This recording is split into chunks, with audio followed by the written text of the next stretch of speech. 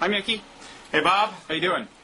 I'm doing fine in the day without immigrants. In the day without immigrants. I managed Actually, to get... they're everywhere, Mickey. Look out on the street. They're marching. They're not near where I am. Oh, I see. And we're actually taping during one of the demonstrations, so I can't go do my usual thorough counting of the number of Mexican flags versus No, United there's States only flags. one Mickey, sadly, for the world, and he can only be in one place at one time. But I did manage to get a cup of coffee at my local store, which was still open. And was it staffed by illegal aliens? It was staffed by the owner who came in to work the kitchen. You mean, so they actually did boycott his workers? Well, he's a lefty, so he lets them go, actually. I see. Because So I did my own little check. I went to the one place where I reliably encounter an illegal immigrant, the service station, and filled up, and there he was, just as I suspected. We had our little conversation in Spanish. I actually think probably a small fraction of working illegal immigrants actually boycotted, even though some of the demonstrations are pretty large. Well, but there is this this fantasy, I think, that a lot of the activists share, that somehow it'll bring the country to its knees. And I don't think it's going to do that. No. Oh, I think the thing is a strategic blunder. Yeah. Because I mean, I'm quite sympathetic to the cause, as you know, certainly compared to you. And even when I heard about this boycott, my first reaction was, hey, look, we're trying to help you here, but keep in mind, you are illegal aliens, Well, but it might be good the way that the elections in Iraq were good. Disabusing people of grand impressions of their own political power.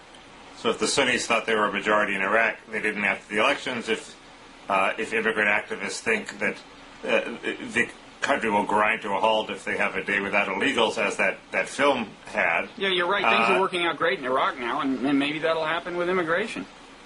How did we divert? I don't know, but I'm responsible for this. I want to talk about a different. We can get back to the boycott and the wisdom or lack of it behind it, but on this national anthem issue, right. Some Latin American pop stars did this version of the American national anthem in Spanish, right. Nuestro himno. Right. And George Bush was asked about it, and he said, I think the national anthem ought to be sung in English. And I think people who want to be a citizen of this country ought to learn English. I agree with that part. And and he goes on, and they ought to learn to sing the national anthem in English. I did something this morning that I'm not sure that George Bush has done, and I'll bet he hasn't, which is actually listen to this version of the national anthem. I personally like it, and I want to play just a little of it, okay? Sure. If this works, let's see.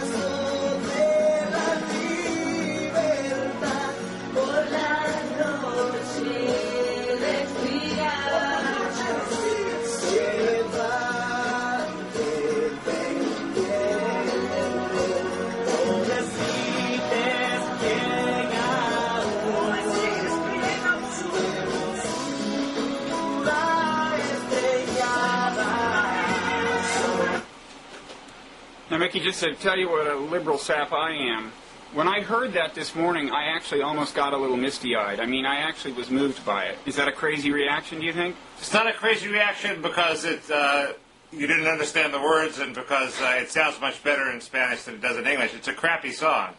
You mean the national anthem is a crappy song? Yeah. As originally written. Yes. Yes. It's hard to sing, and it's...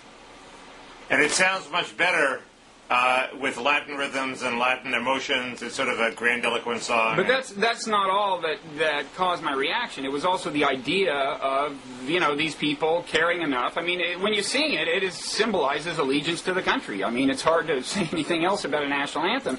Hearing it in this foreign language, I actually found inspiring. Well, but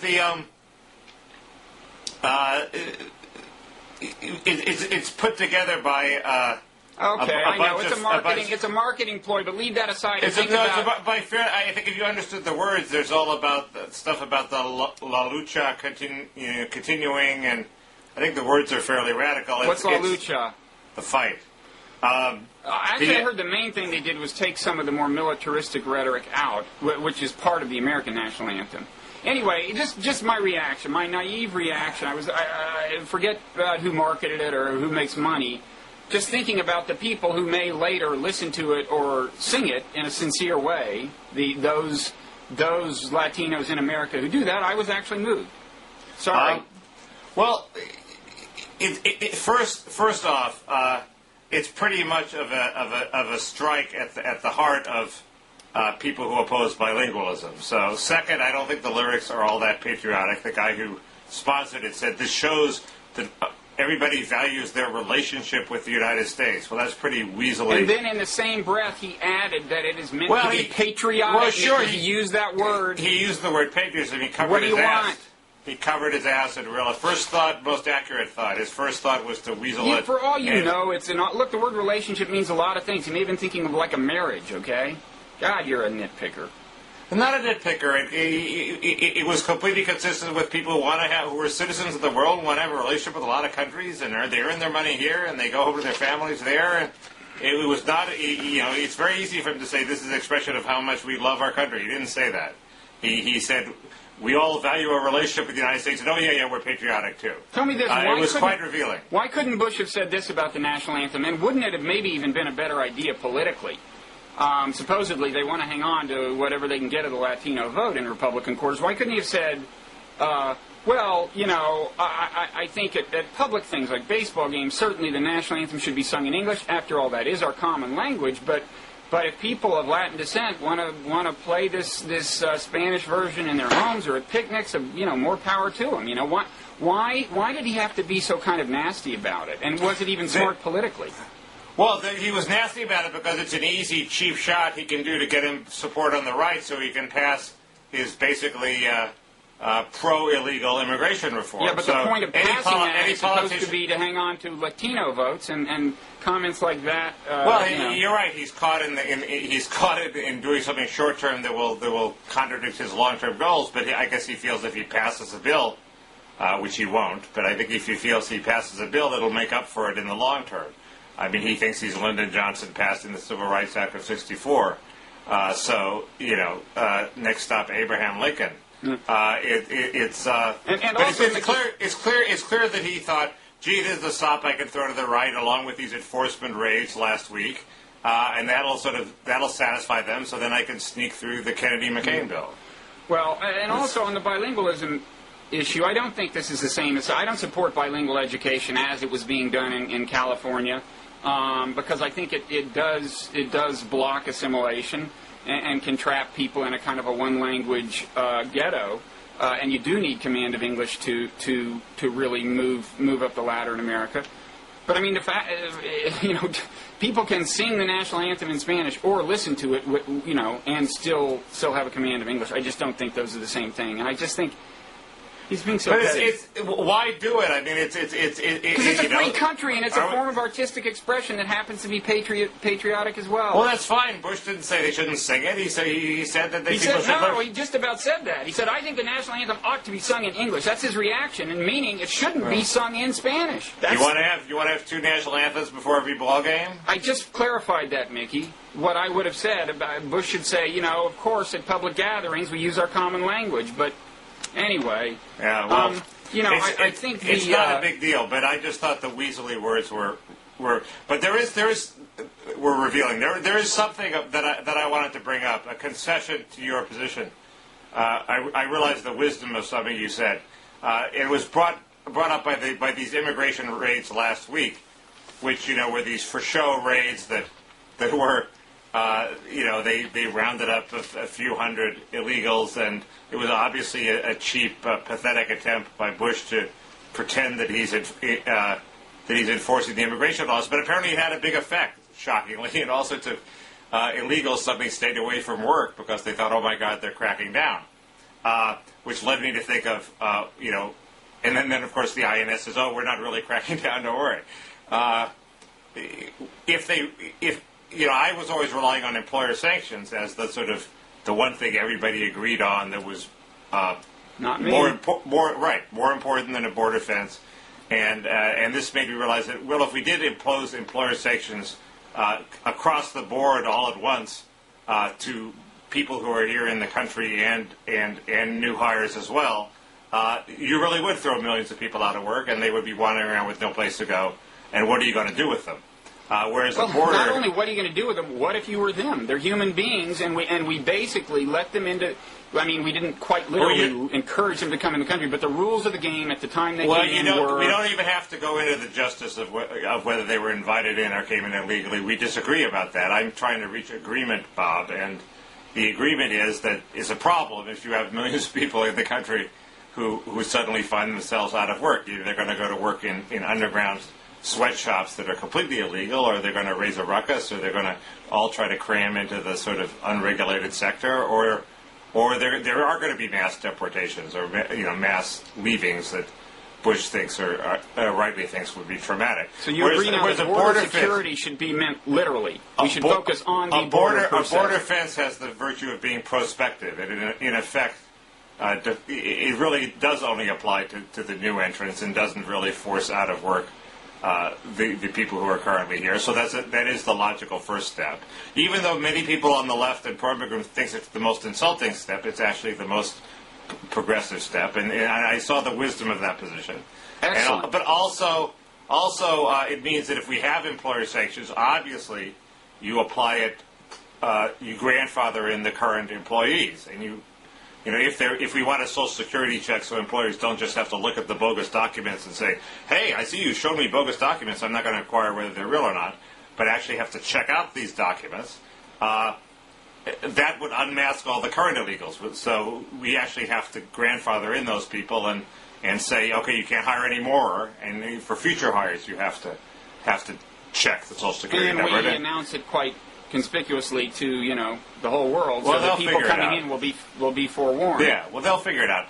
But then the question is, if that's my position, I think it's the logical position you gravitate towards. Is the politicians love grandfathering things, so they'll grandfather the current employees. Have I in effect granted current employees amnesty? If you do that, have we in fact granted them amnesty? And I think the answer is sort of no, because they can't switch jobs. And the beauty of it is that, to the extent that they have been granted any amnesty in their current job, it's only of value to the extent that enforcement actually works. If the enforcement doesn't work, then they haven't gotten anything that the new employees don't get. And then the life is sort of not too pleasant if you can't switch jobs, and eventually some of them may decide to go back home. Well, my to their goal is family. not to make them go. I say give them eventual citizenship, which is not a pernicious policy if you really secure the border, so you don't have to worry about incentive effects of a more liberal. Well, but we've had this argument, and I say let's do the border first and then see about citizenship. Let's not take a flyer on whether the border security is going to work while we offer this huge incentive. I mean, it seems logical. Well, we could argue about that, but the main thing is we now agree border security should mean border security per se. I now agree with you that Excellent. A focus on the border and a fence or wall or super electronic, fence, or however you want it, and it seems to me walls work everywhere in the world. Why not just actually build a wall? Is actually the most, the most humane and sensible common ground. Well, I mean, I'm not wild about the. First of all, let me say I'm glad that once again we've seen that the Hegelian dialectic ultimately vindicates Bob. I think you'd agree on that principle, right? Always. Thank you. You're almost the godhead of it. Now that I've got that on record, let me complain about something. In this little blog item of yours, you identified me with the position that we should bring the troops home from Iraq and put them on the border. A, I'm not for immediate withdrawal from Iraq. B, when I pointed out that you could literally take the troops from Iraq and array them along the border so tightly that they could all see the person on their left, on their right. My point was just that Bush has squandered these resources. The country does have resources for a big project like actually securing the border. But the truth is, I don't like the idea of the Army arrayed along the border. I want them to be Border Patrol people. I don't like the idea of a wall stretching across the whole thing, although I think you should handle the most difficult terrain that way. I don't like the symbolism of that either. It seems to me that with beefed up border patrols and all the technology we have, including unmanned surveillance, aerial vehicles and so on. Like the Prisoner, a balloon pops up every time you reach the border. I missed that illusion, but I'm sure everybody else got it. So anyway, well, we've spent 15 minutes on this. I guess that's... Let's let our viewers decide whether you actually advocated it, but I don't think we should engage in recriminations. I'm glad you've clarified that position. But okay, the difference between troops and not troops seems relatively unimportant compared with. Well, I think we shouldn't engage in mutual recriminations, but I think I should be allowed to direct them toward you, if that's okay. I don't know. You're asserting alpha male superiority here, and. But so subtly that no one notices. I'm gonna have to draw the line somewhere. Okay, we're gonna move to our next topic. Okay, this is another Bob greatest hit. Now, I'm not going to say anything and people can't predict, but there was this State Department annual State Department terrorism report that came out next week, and I do think it amounts to a fairly thoroughgoing refutation of the Bush strategy in the war on terror. If you remember, right after 9/11, basically a two-pronged strategy emerged. They were going to focus on, first, neutralizing states that sponsor terrorism. As Paul Wolfowitz put it, we're going to end states that sponsor terrorism. Secondly, they were going to focus on kind of al-Qaeda as an organization. If we can kill and or capture all these al-Qaeda guys, then the problem will be solved. That's only a slight caricature of their approach. Some of us were saying, wait a second, there's a variable you should pay a lot of attention to, which is that the attitude toward America among Muslims, especially young male Muslims, to the extent that you pursue your strategy in ways that put them in the mood to become terrorists, to the extent that you make recruiting easier for terrorist recruiters, those two prongs aren't going to do you any good. Right. Because Al-Qaeda is, ultimately, it's a fluid network. It's not, don't think of it as a single organization, blah, blah, blah. Okay. Now, if their two-pronged strategy were going to work, then according to this terrorism report, it would have worked. Because, for example, the report says about Al-Qaeda's leadership, it is scattered and on the run, with finances and logistics disrupted, and so on. Also, its list of terrorist states reflects the fact that we have, Iraq is no longer on it. So, yes, we have ended that terrorist state. And it was supporting some terrorism. It was paying off the families of Palestinian suicide bombers. We also changed the regime in Afghanistan. That was supporting terrorism. You would think, so we should be winning. But actually, the number of terrorist attacks worldwide increased nearly fourfold to 11,111. That's 11111. A lot of those are in Iraq, about 30%. But even if you take those out, there's been a huge increase. Well, I read that. I tried to read that report. It's organized in a very annoying bureaucratic fashion. They changed the definition between this year and last year, and then when they went back and tried to do last year's numbers with this year's definition, they claimed to have left out a whole bunch of terrorist attacks. So the extent to which you could use it to show that there was an increase in overall terrorist attacks is questionable. Second, they don't break out the Islamic radical terror attacks, so they include Colombian terrorist attacks from the narcotraficantes, and they don't break out. What we want is Islamic terrorist attack outside Iraq and Afghanistan. We'd like to break out that number, and you're probably right; it shows an increase, but you really can't get that. At least I couldn't get it from trying to drill down in the details of this badly organized bureaucratic report. Well, I went back and looked at the one for 2000, the last year before Bush came into office, and the number of terrorist attacks worldwide was about 400. Now it's about 11,000, and I don't think you can dismiss all those on the basis of accounting nuance.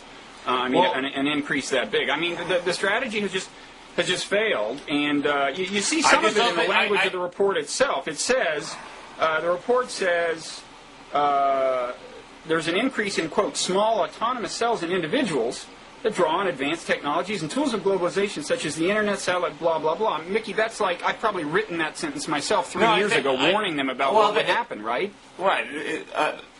But I think they've been pretty frank about that. That's been happening for a couple of years. I just don't think you can use the numbers in this report to say, aha, see, they've increased. I think you probably will be able to show some numbers soon, but I just don't think this report does it. And one of the stories has a good quote from a RAND terrorism expert. She says, the experience and training they are, meaning the terrorists, that they are getting on the ground in Iraq is much better than the kinds of training they were getting in Afghanistan under the Taliban.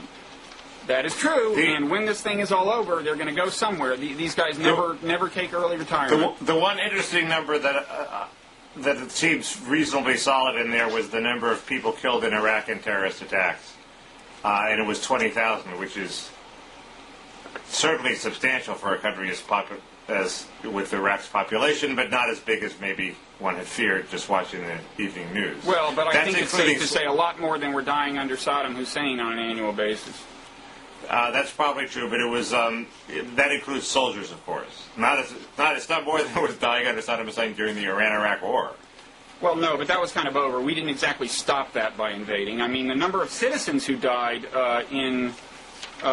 number of civilians who died in Iran last year was, I think, close to, in Iraq, was close to 10,000. It was something like 8,000. Yeah. But so that's just a useful figure to have in mind. Okay, but there's something you've never been willing to concede before, which is that it's like safe to say that the invasion of Iraq was not productive. Are you yet willing to agree to that? No, of course not, because 20 years from now we may be saying that it changed the complexion of the Middle East in ways that had good long-term effects. And there's no way to run an experiment where you don't invade Iraq. And in 300 years, World War I may be seen as a good thing in some sense, but, I mean... Well, there are often periods where one is blinded by the short-term negative consequences. That's what Bush is counting on. He could be wrong. He could be right. I think it's too early to tell. Do you think it's about 50-50 whether this Iraq war was a bad idea? Something like that. Maybe 60-40 against. Are you serious? Yeah, I'm serious. You don't think chances are this was a bad idea? That's why I said 60-40 against. But I think there's a substantial probability 60-40? that it will turn out. There's a substantial probability that it'll be pulled out of the fire. There'll be some sort of partition and some sort of rough peace that's more democratic, and people will learn that one can have a more democratic regime in that part of the world, and that it breeds prosperity. I think, and if those countries prosper, then the other regimes will have to change, especially Saudi Arabia. That's the hope. I don't think it's crazy. The weird thing about your psychology is that all the other people saying this and clinging desperately to the hope that this will turn out to have been a good idea are people who supported the war, so they have obvious psychological reasons to hope that. You said you did not support the war, so I'm puzzled. But we'll come to that. Well, that's because I don't like to be stampeded by the avalanche of media negativity. And people who oppose the war, like you, who have their egos involved in having it be a failure. Yeah. Well, I admire you. I admire your. Okay. Well, good. I'm clawing back. Your autonomy. I'm clawing back away from your alpha dominance. So. I use soft power, Mickey. Okay. I advocate it and I use it. Our next topic is. The common good, something we can agree on. Yes. Beyond that, I'm not sure. Go ahead. What are you gonna explain this? Or I mean, for people who are hoping for, who are searching for a slogan, a unifying theme for Democrats to use in reclaiming the levers of government, the common good is the phrase floating around now, right? Well, I guess it's the phrase of the moment. Roy Teixeira and some other guy who are supported by John Halpin, and also Mike Tomasky apparently independently reached a similar conclusion. People who were supported by a bunch of foundation grants from organizations that don't give money to me. That doesn't rule out any organizations. Produced a huge tome where the basic point of which is that. Democrats, the centrist solution of which they call inoculation, of which we just have to appeal to the median voter, whatever he thinks, won't work. Democrats have to clearly define themselves against Republicans, and but underneath this, there's a sort of sub rosa plea for people on the left of the party to actually give up a bunch of their strongly held positions on the budget deficit and others and move back toward the center, under the bland theme of pursuing the common good. Wait, what are they asking the left to give up specifically? Well, I think on deficit reduction is the most obvious one, where they called for reining in spending, I assume. If you look at the details of their final Part 4 I guess you'd say that on the one hand, they are against kind of an intensive politics of identity. In other words, being hostage to, ethnic and special interest groups and so on. On the other hand, they're against the kind of DLC, the group you more or less identify with, I think, the kind of DLC approach. That's what they mean by inoculate. I mean, they see the DLC as just kind of moving to the center in this kind of Anthony Downs. Right. Well, that's the defect of the report. They think that any centrist position is by definition a sort of an accommodation, a compromise with reality, as opposed to somebody who actually could sincerely believe that the centrist positions are right and the left positions are wrong. They don't even that thought doesn't even occur to them. That welfare reform wasn't just a compromise with the right, but it was actually the right position. Yeah. When I've tried to come up with my own, position for an anti-Republican position, I latch onto social equality as the touchstone Democratic view. And there are a lot of Republicans who believe in social equality, and it's a pretty broad thing. I don't care. I think it's the right position. It's not a calibrated position designed to, and to say that any centrist position is by definition a calibrated compromise that's stacking the deck before you even start. Well, there's always a tendency to characterize our opponents as being more calculating than we are and less earnest, I think. And in fact, so far, I think you've described the common good people's approach as being essentially a marketing decision. And they might say it's not that, although they certainly talk about the strategic aspect of it. But, I mean, one thing I would say is, the piece by Rui Teixeira is like 4 parts, 18,000 words. I can't claim to be in touch with every paragraph. Although I would say that if you're like me and you don't really pay that much attention to what the current data is on where the Democrats are hurting and where they're not, and who gets the white Catholic vote and so on, the first fourth of it is actually a very good summary of the state of the art on that. But so anyway, I can't say that I've inspected it closely enough to say whether there's a lot of intellectual coherence here. I do think the common good, I mean, ultimately with these things, there often isn't. Right, and ultimately a lot of the test is there a kind of plausible label for the policies you're advocating that is also an effective slogan? Now, I think common good is kind of close. I actually think buried in the paper there's a version of it that is maybe a better phrase, and that's just the phrase "we're all in this together." When during the 2004 election campaign, Mario Cuomo, who knows something about effective political oratory, was on TV. They asked him, what should the Democratic message be? He said, we're all in this together. All of us as Americans are in this together, and all of us in the world are in this together. In other words, Americans' interests are more and more intertwined with those of others. We have to, blah, blah, blah. And what? I thought he was on to something, and I think these guys are basically on to much the same thing. Well, but the problem when you come up with a phrase that's that vague, is so vague that Bush could easily mouth it, is that the voters, and this is a point that they drive home quite forcefully in their first part, the voters don't know what Democrats will do with that phrase, and they don't trust them.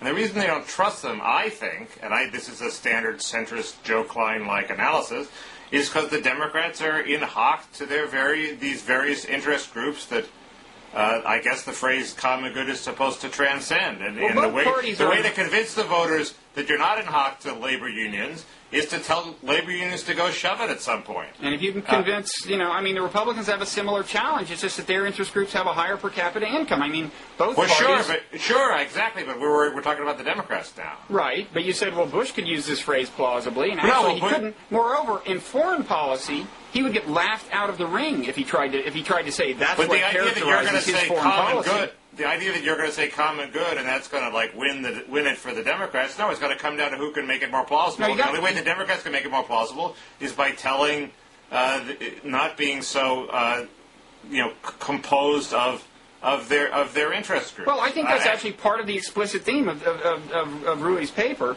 and in any event, it is a rhetorical challenge. But I think Democrats can at least as plausibly say we're all in this together as Republicans in the domestic front, and much more so in foreign policy. Bush cannot utter that phrase because so much of his foreign policy is clearly at odds with it. I mean, he's been, unilaterally assertive and indifferent to the wishes of others, and there's no way of lying your way around that. Unfortunately, Bush isn't running for re-election again.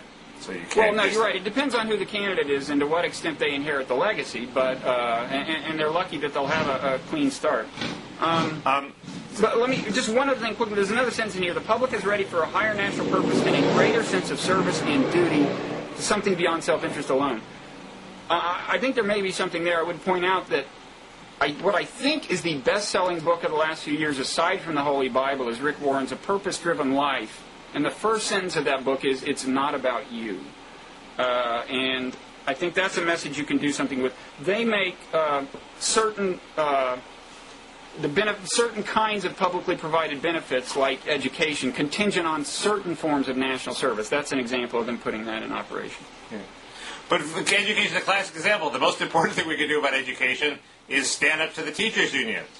Everything the public does, practically, by and large, with exceptions here and there, is destroyed by the fact that we have to work through teachers' unions whose main raison d'etre is to prevent the bosses from firing incompetent teachers. So you're not going to do anything until you solve that problem.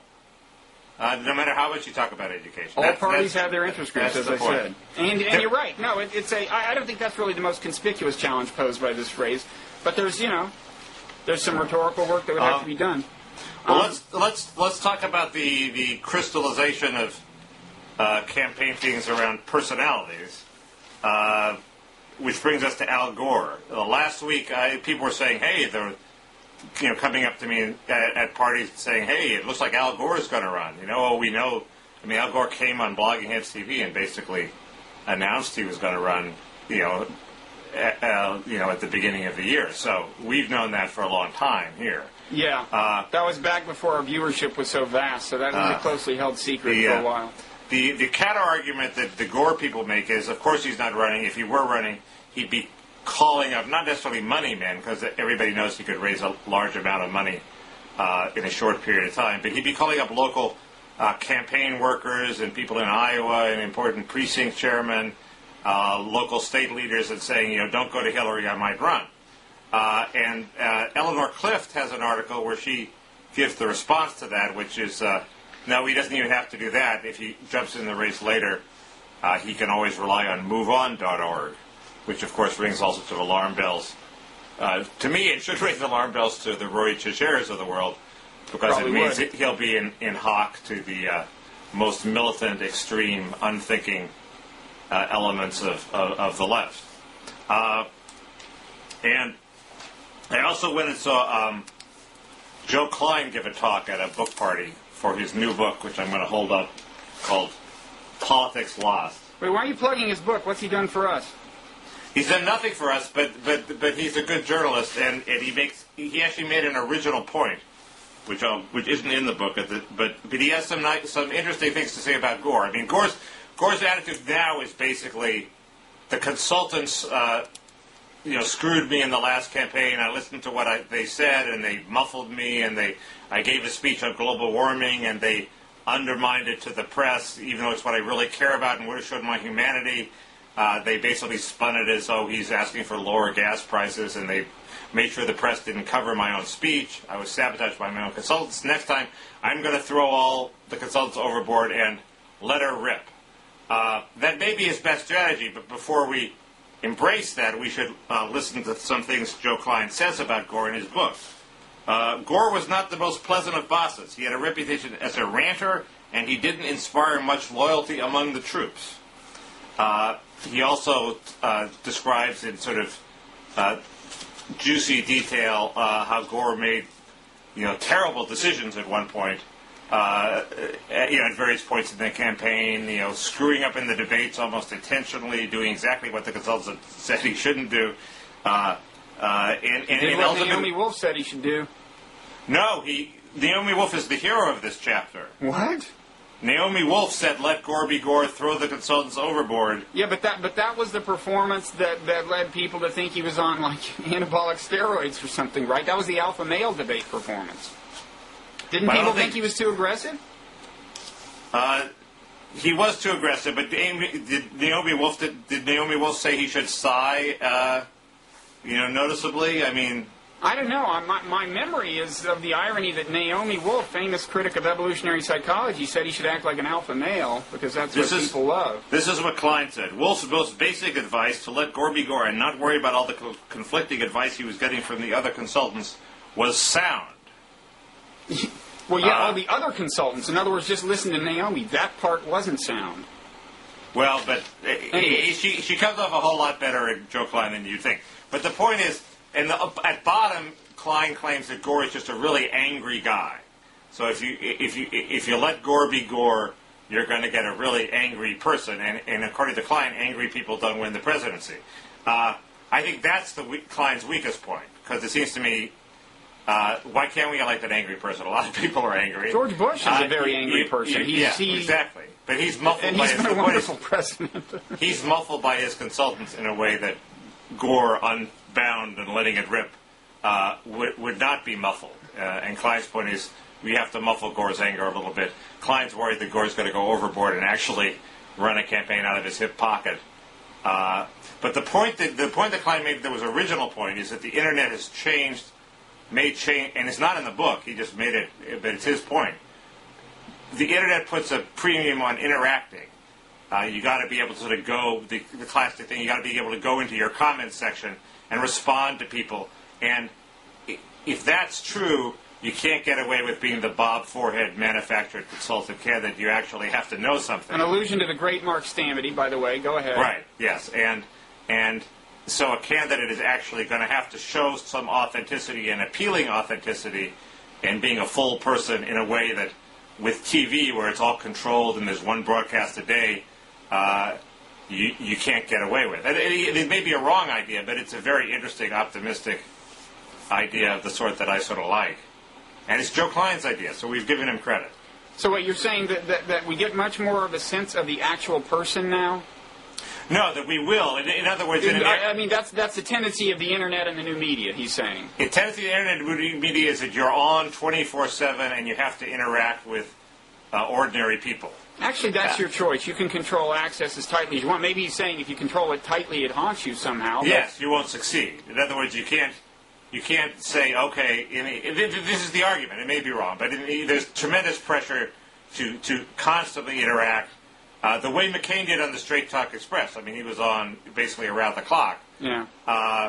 And you can't just say, okay, I am going to run the classic Richard Nixon campaign where I say one thing every day.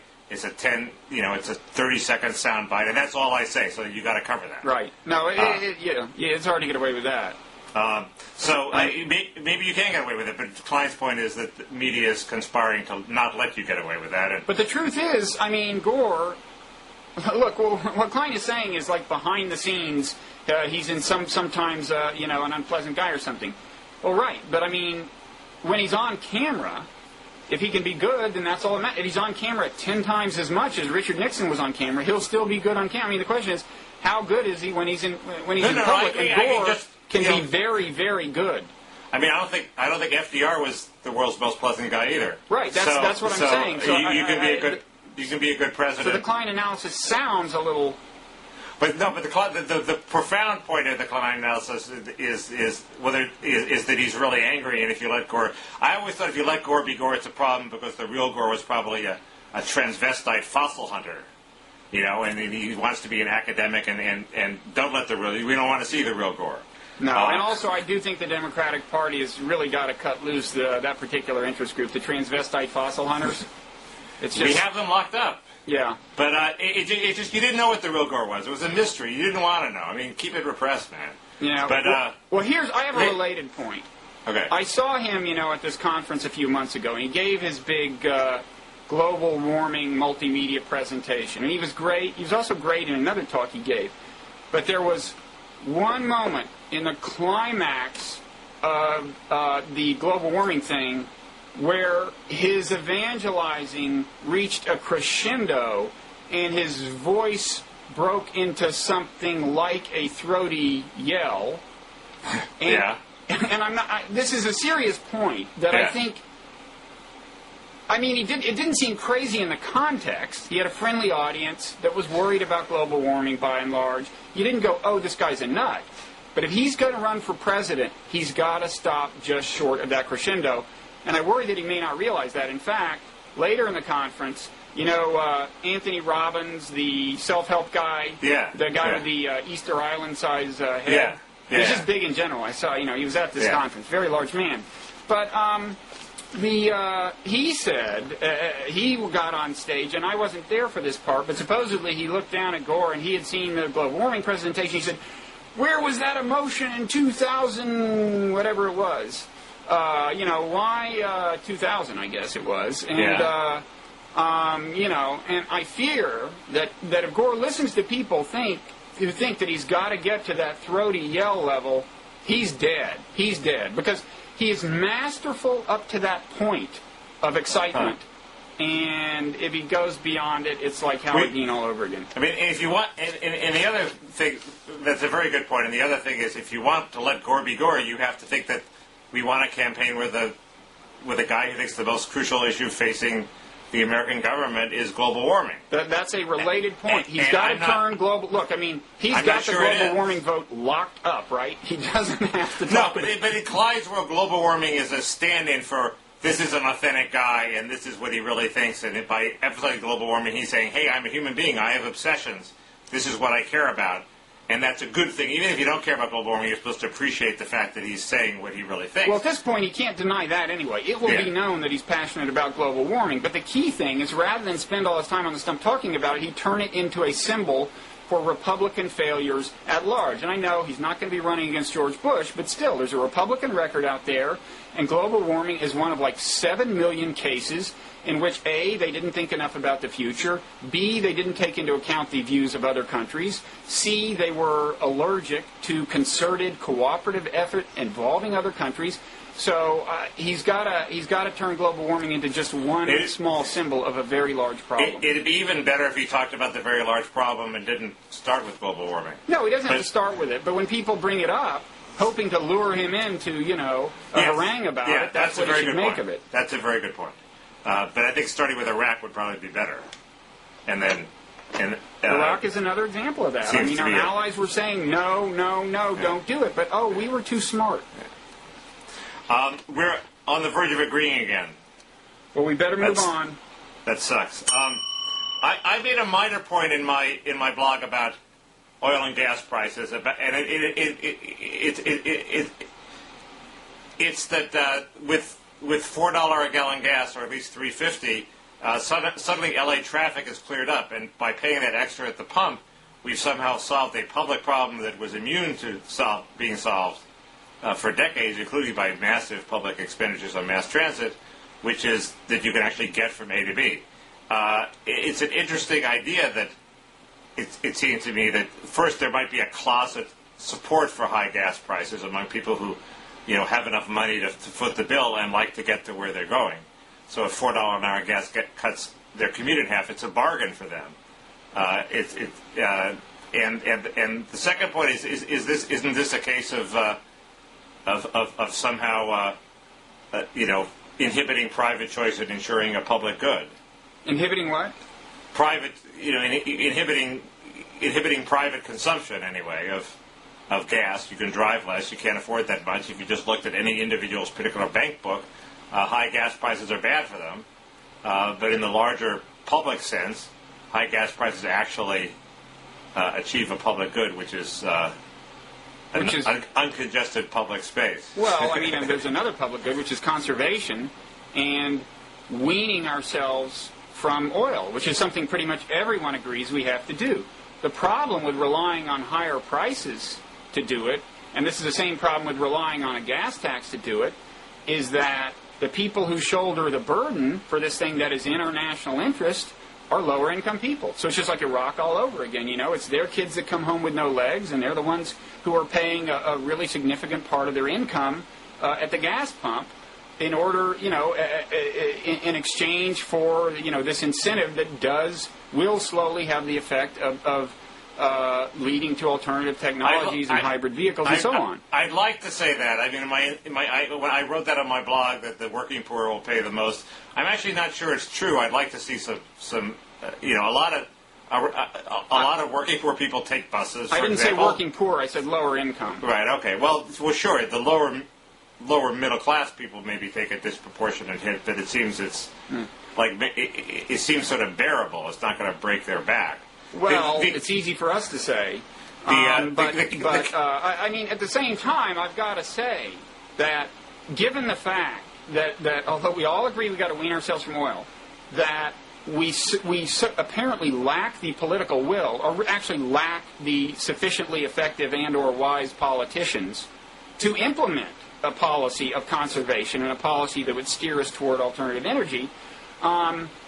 I actually don't want to see relief for these oil. I think we should stare the increasing oil prices in the face and you know, deal with it and realize that we got to change things, even though it is, you know, it's unfortunate that it afflicts lower people disproportionately. But on this lower income, I mean, if people who have jobs and low-wage jobs can get to those jobs more easily because you know, suburban housewives don't take gratuitous, unnecessary trips anymore, that works in a progressive direction, not a regressive direction. It's just not clear to me that it always shakes out that way. It all gets back to the fact that I have a pet scheme here that you dismissed last time I trotted it out. Trot it out again. Okay, here it is. It's, first of all, that this is a pretty blunt incentive, gas prices, because most people who pull up to the pump are not... They have to use the car a certain amount, pretty much, to get to work or whatever. They're not going to be buying a new car tomorrow. Now, there are some people who are going to be buying a new car tomorrow. There are people who are at car dealerships. Let's get them there. Let's put the incentives there. And that also gives you an opportunity to do this in a progressive way where higher income pay the biggest cost. And here's how it works. You put a tax on gas guzzlers, but it only kicks in at like after $25,000 in vehicle costs. Thereafter, it rises with the cost of the vehicle as a percentage. The percentage gets higher and higher. The marginal tax gets higher and higher, so that like Humvee owners are paying out the wazoo. Meanwhile, you take the revenue you get that way and you put it into increased incentives to get hybrid vehicles, and those incentives, if they're tax credits and not deductions, are especially effective on lower income people, and the lower income people will especially benefit from them. What's wrong with that? Well, the tax part will probably work. Incentives, do we trust the government to run a complicated incentive scheme, and aren't gas prices themselves the most effective incentive? Let's just for a second just talk policy. What would the ideal, well-executed policy be? What's wrong with what I just proposed? Well, anything works if you know, Bush's prescription drug plan works if you take government bureaucracy out of the equation. A gas tax, which is being widely proposed, is highly regressive. It's unfair in terms of who it falls on. And like I said, it's hitting a lot of people who don't have an alternative, and it's just not a discretionary purchase. Gas prices are $4 a gallon. What in your plan would stop them from being $4 a gallon? I mean, You're not suddenly getting Saudi Arabia to lower that particular injustice, but we can not add the additional injustice of a gas tax and instead focus our firepower on the actual choice of vehicles. I mean, you're saying that might be better than a gas tax? Well, yeah, and more fair, more efficient, arguably more efficient. I haven't done the study, and definitely more fair. I don't know. I mean, I'm thinking of buying a new vehicle because gas prices are so high. It just seems to me that your plan would do nothing to encourage me to do that and would, in fact, do less than current high gas prices or no, gas tax. My plan wouldn't lower gas prices. If they're doing that to you, fine, go buy it. The difference is you'd go to the dealership and they'd show you this hybrid and say, look, you get $3,000 back on this hybrid. That might or might not affect your decision. It would affect a lot of decisions. Right, but there is a large chunk of decisions of people who are incentivized by high gas prices that wouldn't be as incentivized if you either let them fall or don't impose a gas tax. It's an empirical question. What's clear is that the way to implement it in progressive fashion, in the sense of progressive income tax, is the plan I've laid out. You can imagine at the pump progressive schemes, but they would involve, using a credit card or a Social Security card or some other means of ID, I think. Probably. Yeah, no, your plan has it avoids the Republican, the problem with the Republican plan of mailing everybody these little rebates for this and that. Oh, is that pathetic?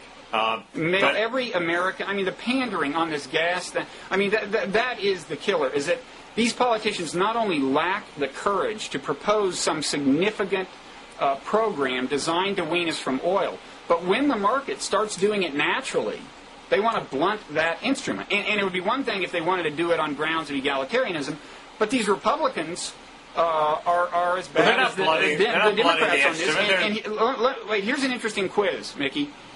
Republicans are saying, these high gas prices mean we should open up the Arctic National Wildlife Reservation. Democrats, along with some Republicans, are saying, let's give them some relief for the gas prices they're paying, a rebate or whatever. Now, which of these is kind of more disingenuous and less efficient? I would say the Democrats are more disingenuous. On what grounds? They are blunting market forces by offering rebates. No, but at least... And they're not solving the problem because they're not bringing more supply online. No, but it's not disingenuous in the sense that it does achieve what they say they want to do, which is provide relief for American consumers. It does that. All of the benefit goes to American consumers. As far as opening up the oil in Anwar, that increases the world supply of oil, so an oil consumer in China or wherever benefits as much as an American oil consumer. Much of the benefit for that seeps beyond the borders of America. And it suggests to me that actually they're interested in pleasing the oil companies. That's interesting, but the Republican, I just want to correct something you said a few moments ago, the Republican plan to be able $100 to everybody does not blunt market forces. You're still paying $4 a gallon of gas, and if you save gas, you get to keep more of that $100. You get it whether you get the $100 anyway, so it's not a blunting of an incentive. It's just it's a pandering. No, shameless pandering. I was thinking about the proposal that Democrats and some Republicans support to suspend the gas tax. Yeah, that would blunt the market forces. I agree. I'll think more about the gas cost thing. The simplest thing we could do, which you probably may not like, is Greg Easterbrook has his old plan. If we required everybody to pump their tires up to 35 psi, that would immediately save 1 or 2% of gas. Just instantly. It's a cheap thing. You do it by just sort of by fiat from the central government. You say everybody's got to do this, and even if they don't obey, even if only half the people obey, you've saved an incredible amount of gas. Well, I would think when gas prices get this high, it may be that all you have to do is publicize the fact to get a certain amount of bang per buck. Publicize the fact that this can save you money, which we've just done. Now millions of people know who didn't know. That's right. In this, I think we're moving the markets probably even as we speak. We've long been known as a market mover. Yeah. Did you want to talk about viewer mail? A little bit about viewer email. First of all, on the motto contest. Yeah. We had chosen these two mottos for our cafepress.com array of goods, which will be showing up soon. I know I said 2 weeks ago, but that will not have been off by much, I think. Anyway, okay. The way I'm stalling is to say that in addition to the two slogans that won, we've got several emails saying they love the slogan that you pioneered, Mickey, deploy the moose.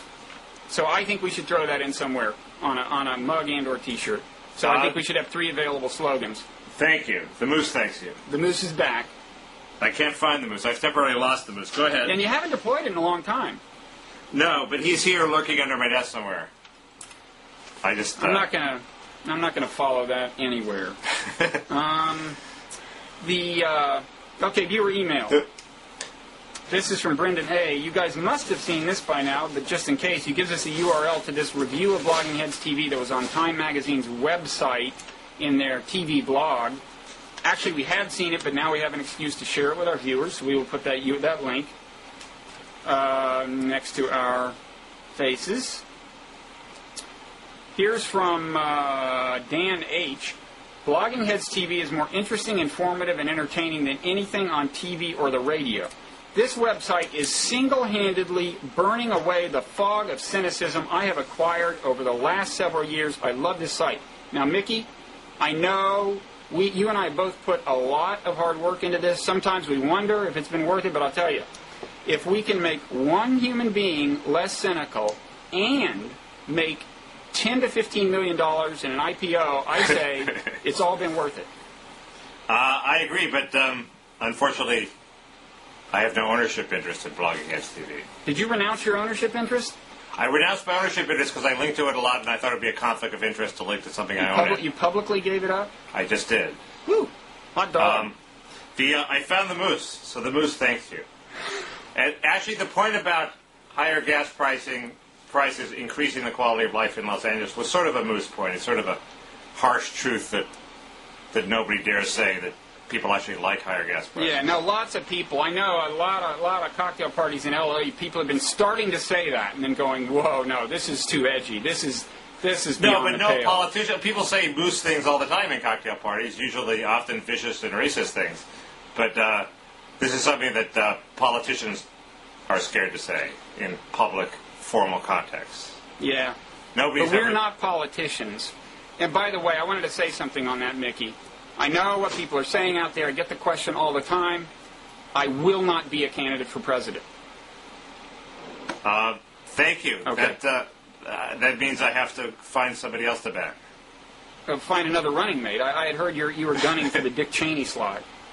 I've been sucking up. Okay. Final email. I generally like Blogging Heads, but Kaus versus Jonah, meaning Jonah Goldberg, I'm watching a smart, self-righteous wingnut. That would be Jonah, I think, in this guy's case. Versus a semi-informed liberal apologist, and then he crosses out apologizer. This is from Steve D. And then he says, can Hannity and Combs be far behind? Actually, yes, they can be, but the thing I would contest, I won't get into the Jonah issue. I'm not endorsing his description of Jonah, but I'm certainly contesting his description of you as a liberal apologist. You are a liberal apologist in the sense that Osama bin Laden is an apologist for American foreign policy, Mickey. Don't you think that's a little off? I thought he meant liberal apologist in the way that I'm an apologist for Bush. I thought that's what he meant. Maybe not. I don't know what he meant. I agree the contrast between me and Jonah Goldberg could be stronger, but what are you going to do? That's the way it is. I thought it was actually a good dialogue. I do think we should pair him up with somebody a little farther from his worldview. He's very well informed, and he's also one of the few guys who can write a column that makes you laugh out loud, which is hard to do. He was good. He was good in the part when the dogs came in. That was brilliant. That was great. That was great television, man. My consultants tell me I should start eating on camera, so I may do that. To increase the realism. I've noticed you're using more hand gestures. I am? Maybe today I am. No, on other ones, like with Jonah. It could be, but I don't want artificiality, so I'm only going to eat on camera if when you're really hungry. When I'm actually when hungry. We hear that stomach growl, we know that. Yeah. We know that there's a sandwich coming. Okay. It's been real. Yeah. See you around. See ya.